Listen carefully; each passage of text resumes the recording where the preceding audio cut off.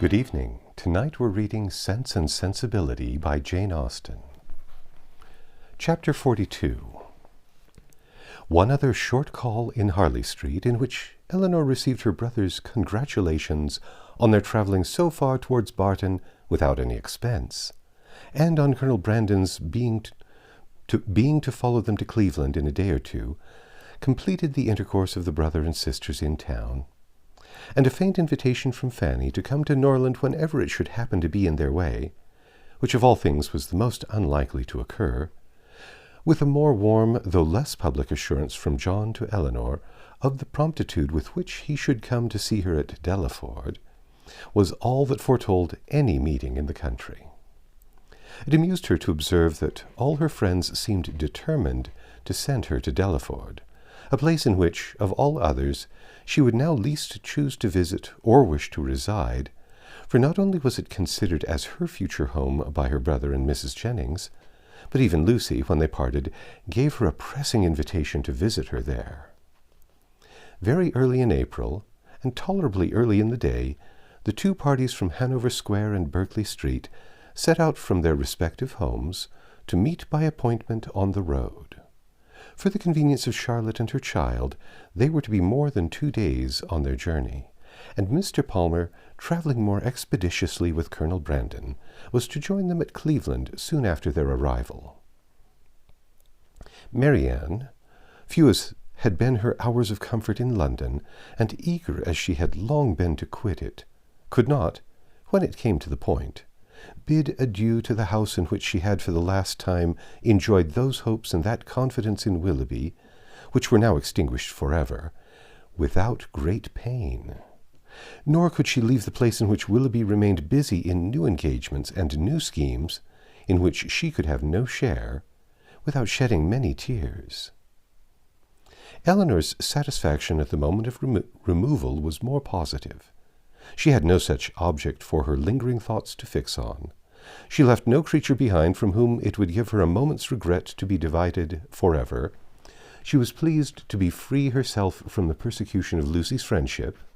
She was grateful for bringing her sister away unseen by Willoughby since his marriage, and she looked forward with hope to what a few months of tranquillity at Barton might do toward restoring Marianne's peace of mind and confirming her own.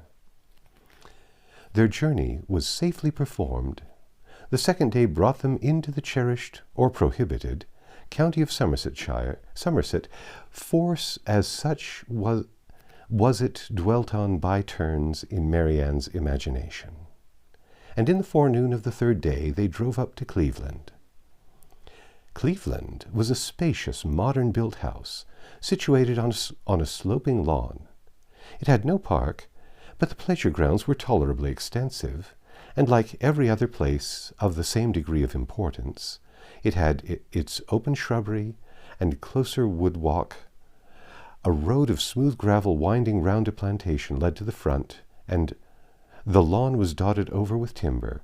The house itself was under the guardianship of the fir, the mountain ash, the acacia, and a thick screen of them altogether, interspersed with tall Lombardy poplars, shut out the offices.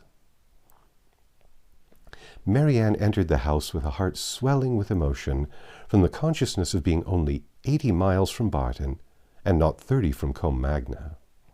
And before she had been 5 minutes within its walls, while the others were busily helping Charlotte show her child to the housekeeper, she quitted it again, stealing away through the winding shrubberies, now just beginning to be in beauty, to gain a distant eminence where from its Grecian temple her eye, wandering over a wide tract of country to the southeast, could fondly rest on the farthest ridge of hills in the horizon, and fancy that from their summit Combe Magna might be seen. In such moments of invaluable misery, she rejoiced in tears of agony to be at Cleveland, and as she returned by a different circuit to the house, feeling all the happy privilege of country liberty, of wandering from place to place in free and luxurious solitude, she resolved to spend almost every hour of every day while she remained with the Palmers in the indulgence of such solitary rambles. She returned just in time to join the others as they quitted the house on an excursion through its more immediate premises. And the rest of the morning was easily whiled away, lounging round the kitchen garden, examining the bloom upon its walls, and listening to the gardener's lamentations upon blights, in dawdling through the greenhouse, where the loss of her favorite plants, unwarily exposed and nipped by the lingering frost, raised the laughter of Charlotte, and in visiting her poultry yard, where, in the disappointed hopes of her dairymaid, by hens forsaking their nests or being stolen by a fox, or in the rapid decrease of a promising young brood, she found fresh sources of merriment. The morning was fine and dry, and Marianne, in her plan of employment abroad, had not calculated for any change of weather during their stay at Cleveland. With great surprise, therefore, did she find herself prevented by a settled rain from going out again after dinner. She had depended upon a twilight walk to the Grecian temple, and perhaps all over the grounds, and an evening merely cold or damp would not have deterred her from it. But a heavy and settled rain, even she could not fancy dry or pleasant weather for walking. Their party was small, and the hours passed quietly away. Mrs. Palmer had her child, and Mrs. Jennings her carpet work. They talked of the friends they had left behind, arranged Lady Middleton's engagements, and wondered whether Mr. Palmer and Colonel Brandon would get further than reading that night. Elinor, however little concerned about it, joined in their discourse, and Marianne, who had the knack of finding her way in every house to the library, however it might be avoided by the family in general, soon procured herself a book. Nothing was wanting on Mrs. Palmer's side that constant and friendly good humor could do to make them feel themselves welcome. The openness and heartiness of her manner more than atoned for that want of recollection and elegance which made her often deficient in the forms of politeness. Her kindness, recommended by so pretty a face, was engaging. Her folly, though evident, was not disgusting because it was not conceited, and Elinor could have forgiven everything but her laugh.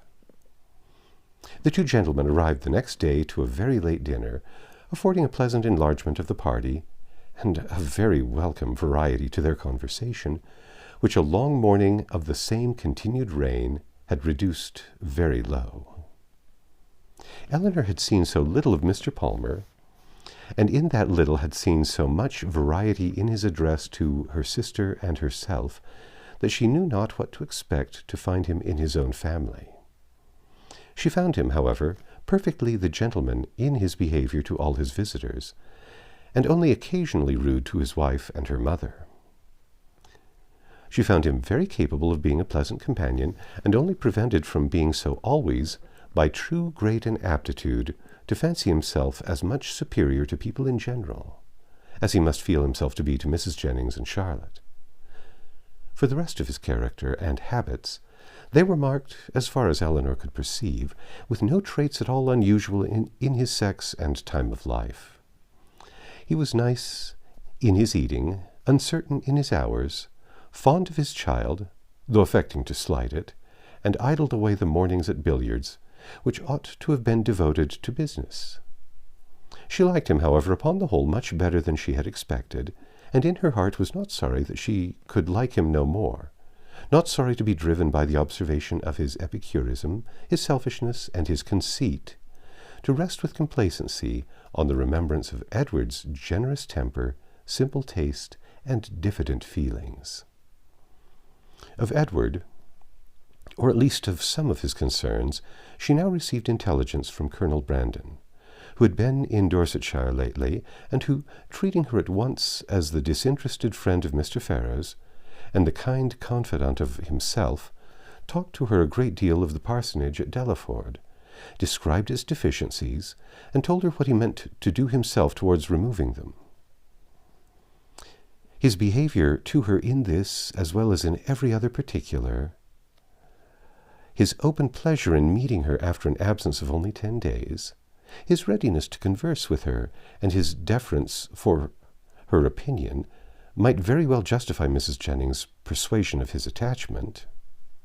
and would have been enough, perhaps, had not Eleanor still, as from the first, believed Marianne his real favourite, to make her suspect it herself.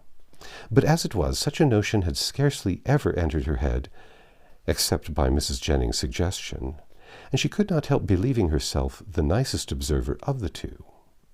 She watched his eyes, while Mrs. Jennings thought only of his behaviour, and while his looks of anxious solicitude on Marianne's feelings in her head and throat, on Marianne's feeling in her head and throat the beginnings of a heavy cold, because unexpressed by words, entirely escaped the latter lady's observation, she could discover in them the quick feelings and needless alarm of a lover.